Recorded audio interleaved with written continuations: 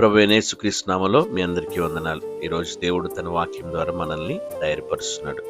యెషయా గ్రంథము 60వ అధ్యాయం 1వ వచనం. నీకు వెలుగు వచ్చినది, లెమ్ము, ప్రకాశించుము, యెహోవా మహిమ నీ మీద ఉదయించును.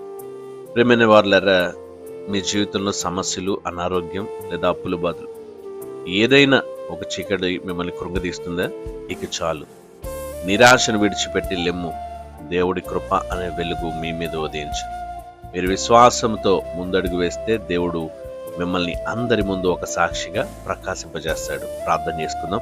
ప్రేమగల ప్రియ పరలోకపు తండ్రి, ఈ మాట వింటున్న నీ బిడ్డల మీద నీ మహిమ ప్రకాశింపచేయండి. వారి జీవితాల్లో ఉన్న చీకటిని తొలగించి నీ వెలుగులో వారిని నింపండి. వారు ఏ ఏ విషయాల్లో అయితే కృంగిపోతున్నారో వాటన్నిటి నుండి లేవనెత్తి నీ ఆశీర్వాదాన్ని వారి మీద ప్రకాశింపచేయమని యేసు నామములో ప్రార్థించి వేడుకుంటున్నాం తండ్రి. Amen. May God bless you.